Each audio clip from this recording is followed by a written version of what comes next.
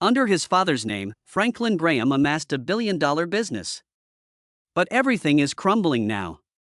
He took everyone by surprise with a desperate move in late 2025. He turned his back on the values his father had instilled in him.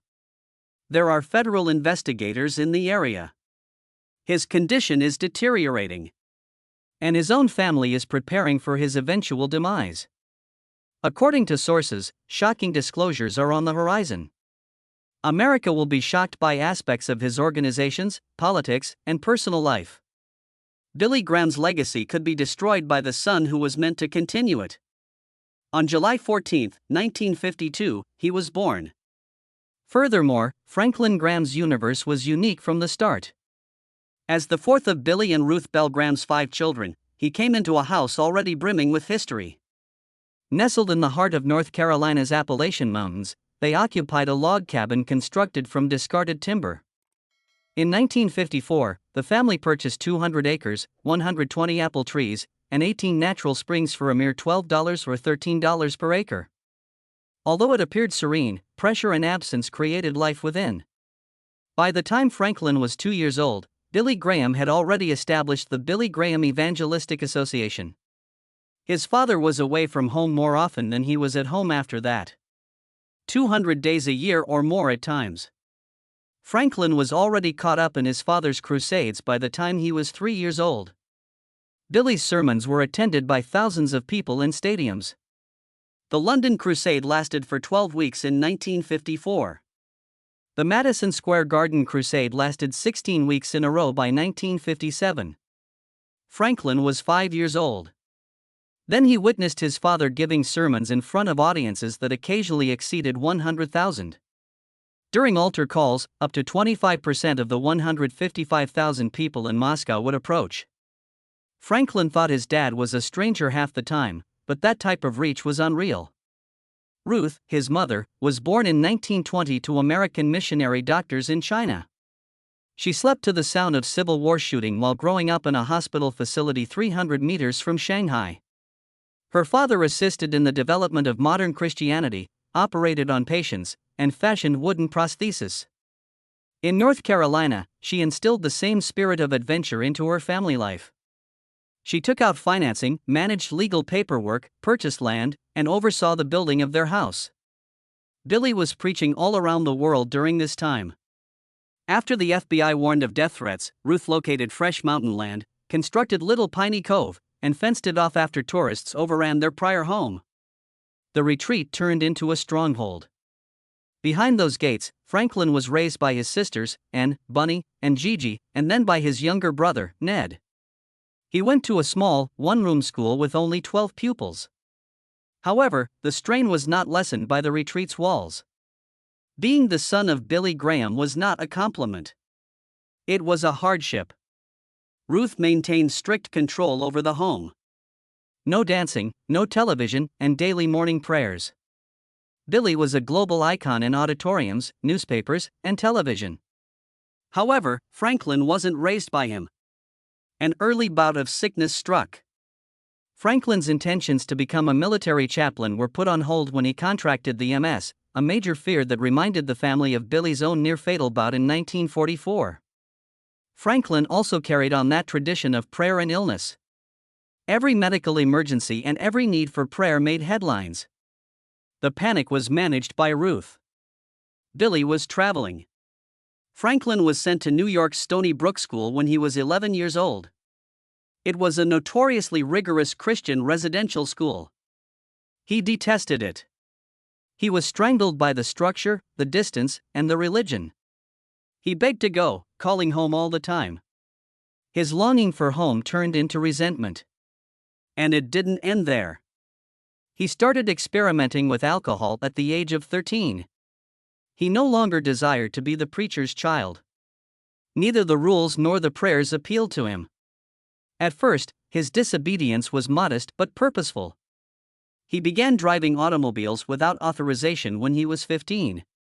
Sources differ on the details, but one account claims he shattered his jaw after colliding with a tree.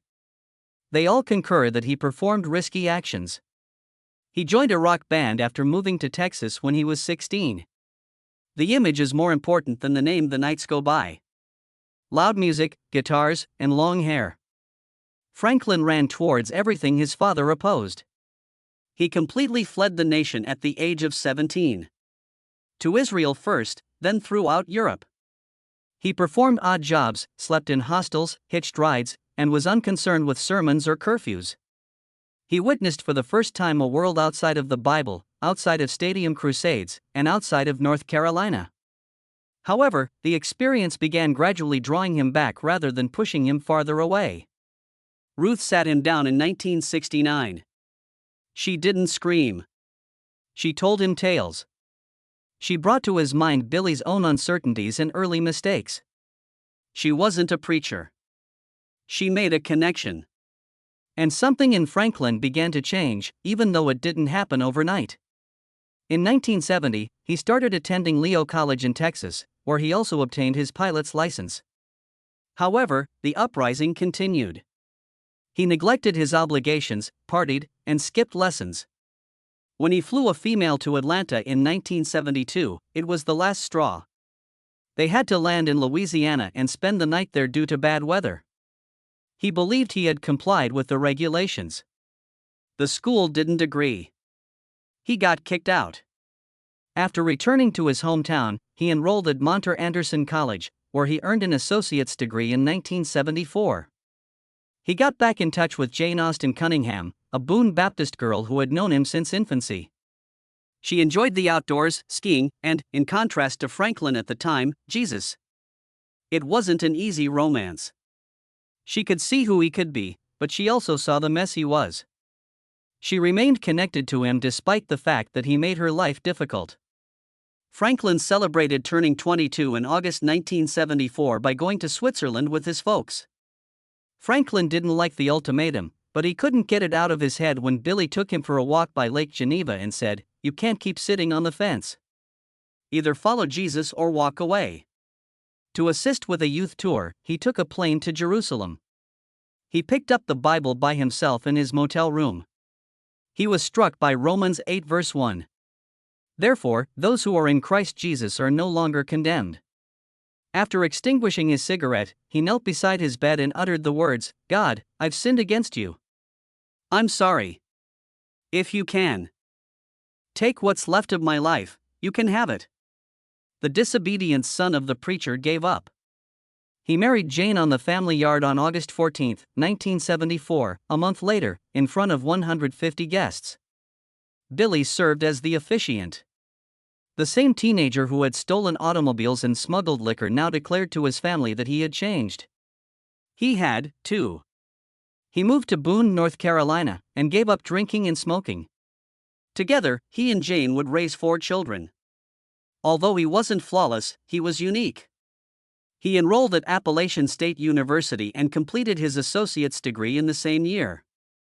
He met Bob Pierce there, who founded Samaritan's Purse and World Vision. Pierce took Franklin on a 6-week mission trip to Asia in 1973, where they witnessed unspeakable suffering. He was positively plagued by that trip. When he got into a truck and drove directly into Bangladesh's starvation zones, he was only 25 years old, restless, and careless. The area has been reduced to rubble by the famine. The roads resembled rivers. Water pushed through the windows of his truck. Like shadows of life past, dead cattle drifted by. A mom in one village passed out while holding her infant, her face already white with malnutrition. He didn't know what else to do, so he gave her his own rations instead of following protocol. His convoy transported 2,000 bags of rice to the edge of nowhere during that 3-week assignment. Even still, the saddest part was witnessing kids fight over single grains that had been spilt, treating them like gems. He was plagued with that for years. He had a picture of those kids in his wallet until it almost disappeared. He had stopped straying and had settled on something harsh and obvious by the time he was 26. He made no request for permission. He didn't wait for a meeting of the board. He simply transformed his father's faded Samaritan's Purse into something entirely different. He called 800 congregations from his office in the basement, often speaking at 12 on a single Sunday. Driving from one place to another without a GPS, just flames and maps all over the dashboard. Even though SP's whole budget for the previous year was merely $50,000, he managed to raise $250,000. That initial mission was on the verge of failure. Their supply plane was not allowed to land by the Thai military. For 3 hours, Franklin debated face-to-face with armed officers, his hands shaking but his voice unwavering. He wasn't proud when the jet eventually touched down. He was worn out. He was simply writing his father's name, others began to whisper. However, there was no denying that he completed the task. Next was Lebanon. In 1979, Beirut was disintegrating. Mortar fire reverberated through deserted schools as bullets shattered overhead like insects. In a blown-out building, Franklin discovered 45 orphans gathered. There was no food, no heat, and all the windows were broken. His crew was given an armored car by UN soldiers, but a sniper's bullet still managed to cut through the rear window. He was seated just inches away when the bullet struck the headrest. There were 3 kids in the rear seat. He was not a hero at that moment. Something inside him was shattered by it. Later, he learned that some of those children had been orphaned by communist militias that particularly targeted Christian families, not by conflict. That was something he never forgot. He no longer pretended that aid and politics were unrelated after that. He learned that Samaritan's Purse was drowning in secrets the same year. $300,000 vanished without a trace, and $1.2 million was missing. And further $400,000 was spent on board members' opulent lodgings. One boss used donor funds to purchase a yacht as field workers pleaded for food. Someone else stocked his workspace with pricey artwork. Graham was fed up. He entered the boardroom at the age of 27 brandishing spreadsheets and threats. He threatened to expose them unless they resigned. A few of them made threats to sue him. Billy Graham, however, stood calmly and quietly behind his son. Franklin took control as the smoke cleared. Only $15,000 remained in SP's accounts. To maintain his home, he took out a mortgage. He crossed the Iron Curtain and headed east in 1980, where Christmas was outlawed and Christianity was a whisper. 50,000 shoeboxes, music, containing tiny presents for kids were smuggled in by him. During Marshall regime, he paid $5,000 to Polish border guards to allow the trucks to pass. He practiced lying and carried fictitious identification in case he was discovered. Inside a covert warehouse in Warsaw, volunteers sorted toys by candlelight while constantly keeping an ear out for the sound of boots on gravel. A few of his pals from Poland were taken into custody. 2 inmates lost their lives. However, Operation Christmas Child had reached 200,000 children in 7 communist nations by 1983. He continued to strive to be a father in the interim. William, Roy, and Jane were his 3 children by 1982. However, he flew to crisis areas and missed the births of Roy and Jane. Jane, his wife, threatened to leave if nothing changed. Franklin, therefore, set up a nursery adjacent to his office. Nannies came and departed. While he mapped out food drops in Somalia, his children played with miniature trucks. He didn't care that others thought he was using his family for publicity. By 1985, he began sending his kids on missions. He wished for them to witness the appearance of agony. He was appointed vice president of his father's company that same year. In Moscow, where 50,000 Soviets gathered to hear Billy preach while KGB spies watched every action, his music first genuine test took place. Franklin had to oversee logistics, smuggle in 100,000 Bibles, and fend off the international press.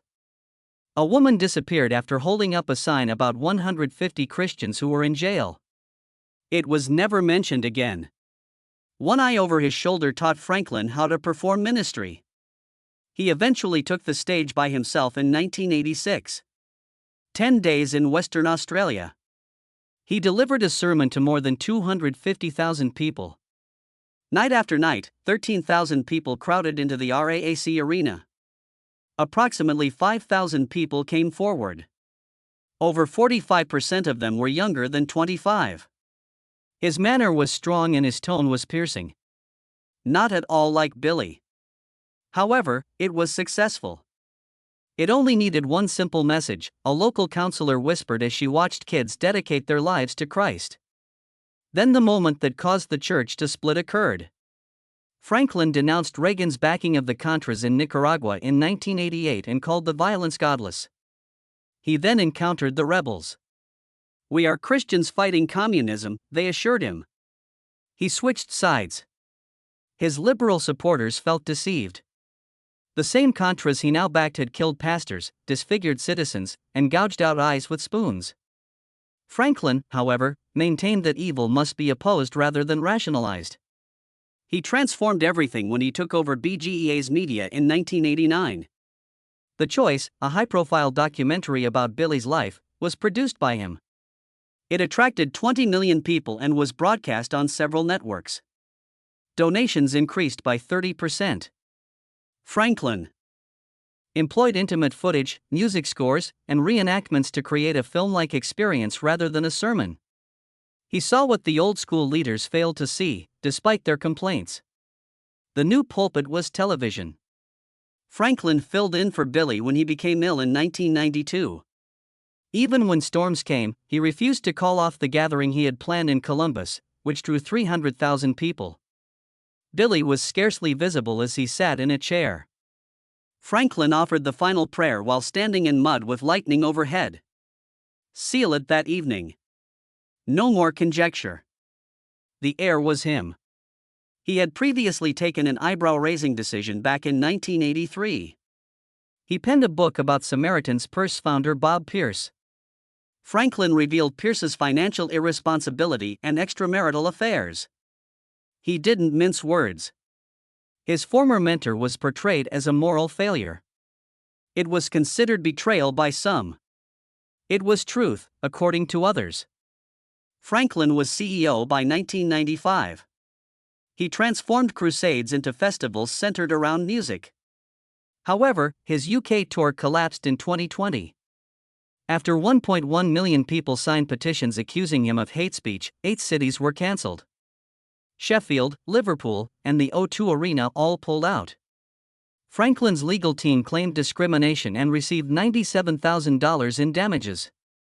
Although a judge determined that there was no proof he would have said anything homophobic, the harm had already been done. He stood close to mass graves in Rwanda where 800,000 people had been interred following the genocide. Stories of machetes in churches and whole families being massacred in schools flooded in as he established emergency hospitals, flew in 500,000 tons of aid, and assisted 125,000 refugees and orphans. Franklin dubbed his sermons Satan's work made visible and brought in trauma counselors. He hosted Prophesy Talks in Austin in 2000, aligning himself with George W. Bush. Afterward, the campaign raised $2 million. He attended the opening prayer at the 2001 inauguration. Bush's faith-based programs began contributing millions to Samaritan's Purse that same year. Franklin thought that political action was necessary to address moral difficulties. It was profitable. Within 72 hours of the 9/11 attacks, Franklin dispatched 200 chaplains to Ground Zero. For 6 months, they performed 12-hour shifts. He prayed with widows and dug up debris alongside firefighters. More than 4,000 individuals were given counseling.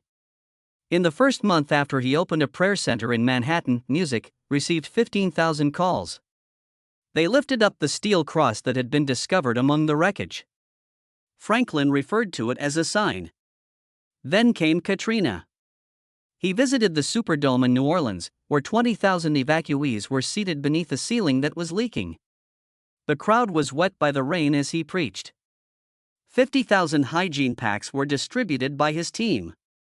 However, he was chastised for emphasizing redemption while, 5 days later, several people were still waiting for water. Barbed wire was installed by the National Guard. There were 3 fatalities. Franklin continued to preach, nevertheless. The controversy returned home in 2006. The marriage of his brother Ned fell apart. Rumors of an affair and drugs. Franklin attempted to control the fallout while covertly paying $75,000 for counseling. He spoke softly about grace and forgiveness, but on the inside, he was incensed. There was weight to the Graham name. It caused several family members to tremble. Franklin said, "You either fought it or you didn't." After September 11th, Franklin Graham stood on national TV and called Islam a very evil and wicked religion. It wasn't just a passing comment. He repeated it again and again, even during a 2006 Line NBC appearance where he refused to take any of it back. The fallout came fast. Nearly 200 death threats poured in, many from extremist groups, and the FBI stepped in.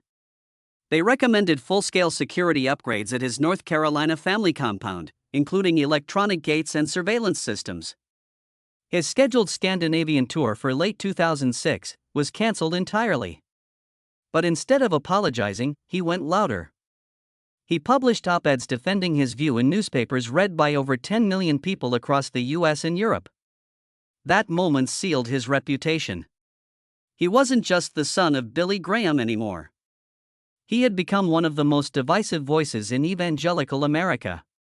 In 2012, he took another step that widened the divide. Franklin poured $2 million into a campaign supporting North Carolina's Amendment 1, a constitutional ban on same-sex marriage and civil unions. His organization mailed graphic DVDs to over 200,000 pastors nationwide, warning of what they called moral decay. He even got his 93-year-old father, Billy Graham, to appear in full-page newspaper ads in 14 North Carolina papers. On May 8, 2012, the amendment passed with 61% of the vote. But it wouldn't last. Just 2 years later, in October 2014, federal courts overturned it, making it the shortest-lived constitutional marriage ban in U.S. history. The damage was already done. Franklin's aggressive tactics, music, pushed younger evangelicals away, and several major faith leaders quietly distanced themselves.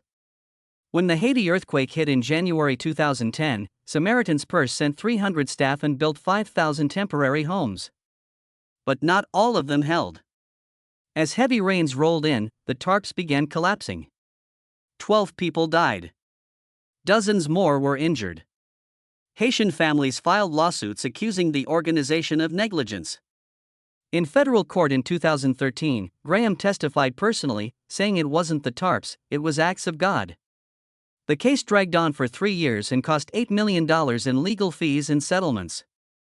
Graham defended the mission, pointing to 50,000 meals served daily and medical care for over 15,000 survivors in the first 6 months. But the loss of life haunted the headlines. By 2016, he had become one of Donald Trump's loudest supporters. He prayed at the inauguration in front of 900,000 people and dismissed the Access Hollywood tape as locker room talk. Internally, it cost him. Donations from moderate evangelicals dropped by 15% between 2016 and 2017, a staggering $35 million hit. When Christianity Today, the magazine founded by Billy Graham, called Trump profoundly immoral in 2019, Franklin shot back, claiming his father would have voted for Trump. More than 300 board members and donors signed a letter protesting the association's direction. But Franklin didn't flinch. After the Parkland school shooting in 2018, Graham again found himself at the center of outrage. 2 days after 17 students were killed, he posted on Facebook that calls for gun control were hysteria and blamed the devil, music, instead of guns. His post reached 9 million views in 48 hours. He singled out teenage survivors leading the March for Our Lives movement and called them emotionally misguided. Over 150 college ministries condemned him. Youth groups launched boycott. 15 Samaritan's Purse staff resigned. Donations fell by $12 million. The post stayed up for over 6 months. In Ukraine, his stance created confusion. Between 2014 and 2022, Samaritan's Purse delivered over 20 million meals and committed $100 million in aid. But in 2014, Graham wrote an op-ed praising Putin's anti-LGBT laws, calling them protective. Over 2,800 donors reached out questioning how he could praise Putin while fundraising for his victims. Even after Russia invaded Ukraine in 2022, Graham still claimed Putin's domestic policies had merit. He visited Ukraine twice and, music, helped treat 8,700 patients. But European evangelical groups began pulling away, questioning his sympathy toward authoritarian regimes. His organization's Ebola response in West Africa in 2014 and 2015 was, music, massive. They deployed over 100 workers, treated hundreds at the Elwa Hospital in Monrovia, and airlifted supplies using 747 cargo jets. One of their doctors, Kent Bradley, contracted the virus in July 2014. Contrary to rumors, Franklin Graham didn't get infected. He oversaw the $50 million operation and returned to dedicate the rebuilt hospital in 2016 with Liberia's president. It became one of the most extensive Christian humanitarian responses in Africa's recent history. In 2020, during the height of CO-19, Franklin Graham set up a 68-bed field hospital in New York's Central Park with 10 ICU ventilators. It treated 1 teen patients in the first 2 weeks. Despite criticism over the organization's statement of faith about marriage, Graham insisted they treated all patients equally. He actually supported vaccination, comparing it to biblical medicine and saying Jesus would want people to get vaccinated. He pushed back against conspiracy theories, saying microchips and vaccine passports were not signs of the apocalypse. Digitally, he transformed the Billy Graham Evangelistic Association with a new mobile app offering daily devotionals, classic sermons, radio programs, and Bible plans. The platform took off during COVID, reaching millions who were stuck at home. It gave a modern digital face to his father's legacy while sticking to its original mission. When Russia invaded Ukraine in 2022, Franklin responded fast. His organization launched over 30 airlifts delivering 330 tons of emergency supplies. They set up a field hospital in Lviv and supported 30 medical sites treating over 17,700 fattened 58 patients. He traveled to the war zone twice, wore body armor, and prayed with soldiers. His group helped 9.6 million people. It was one of Samaritan's most aggressive humanitarian operations ever. From 2015 to 2023, Samaritan's Purse built a fleet that included a DC-8 and a Boeing 757. The DC-8 alone flew 200 missions carrying 8.7 million pounds of aid. During the 2023 Turkey-Syria earthquake, they delivered critical supplies within 48 hours. With 24 aircraft in total, they could now reach disaster zones from Alaskan villages to African war zones in hours. In 2018, Graham released Through My Father's Eyes, a 336-page tribute to Billy Graham. It took 12 years to write and included personal stories, rare family photos, and insights into the man behind the pulpit. The book became a deeply emotional look into a father-son bond shaped by faith, pressure, and legacy. In 2024, Franklin launched a controversial 10-city prayer tour across the U.S.-Mexico border. Critics called it anti-immigrant. One group gathered 21,000 signatures demanding venues cancel his events. But Graham went ahead, praying in cities like Brownsville, El Paso, and Chula Vista. Around 5,000 people attended altogether. He ignored the criticism, insisting it was about faith, not politics. Then came the October 2025 bombshell. Franklin withdrew both Samaritan's Purse and BGEA from the Evangelical Council for Financial Accountability. His father had co-founded it in 1979, but Franklin rejected the group's new oversight rules, which required regular medical checkups and leadership accountability. He called it moral policing. With $1.4 billion in Samaritan's assets and $224 million flowing through BGE each year, the exit rocked the evangelical world. That same month, he sent his first 767 cargo aircraft into Gaza. It carried 290,000 vitamin-fortified food packets, 12,000 solar lights, and blankets. Since the Hamas conflict began, Samaritan's Purse had already delivered 223 tons of aid and over 1 million food rations. UN officials raised concerns about evangelistic methods, but Graham stood firm, calling Gaza one of the most challenging places to work in the world. His 2024-2025 political activity caused even more backlash. At first, he shocked Trump loyalists by refusing to endorse any primary candidate. But then he backed Trump's re-election and poured $5 million into campaign ads. His rhetoric grew darker, calling opponents demonic.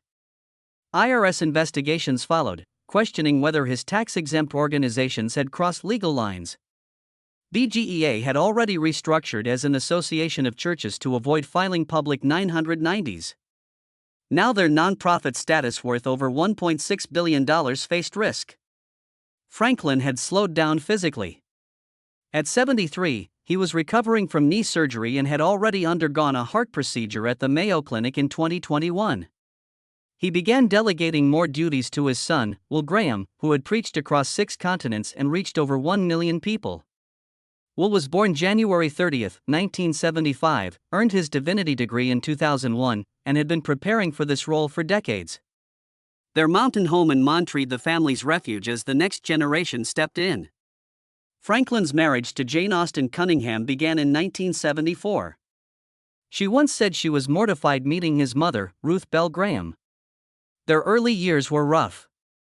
Franklin struggled to fully accept his role in faith, but Jane stayed beside him. They raised 4 children and now have 11 grandchildren. He celebrated their 42nd anniversary in 2016 by saying they were still in love. She rarely appears in public, focusing on their home church and community in Boone. Even as scrutiny mounted, Samaritan's Purse continued delivering aid around the world.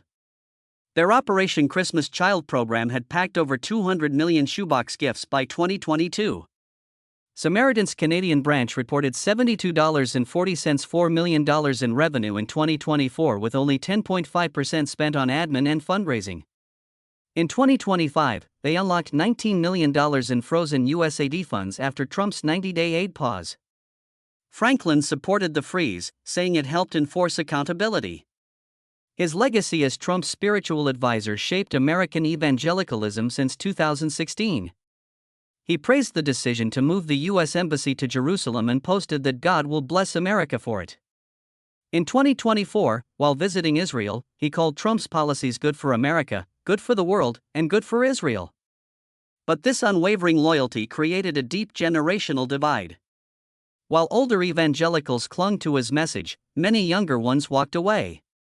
Franklin said it was about religious freedom and pro-life values, but the cracks were showing. Still, he pressed forward. His 2026 festival in Manchester is booked for October 3 at the UK's biggest arena.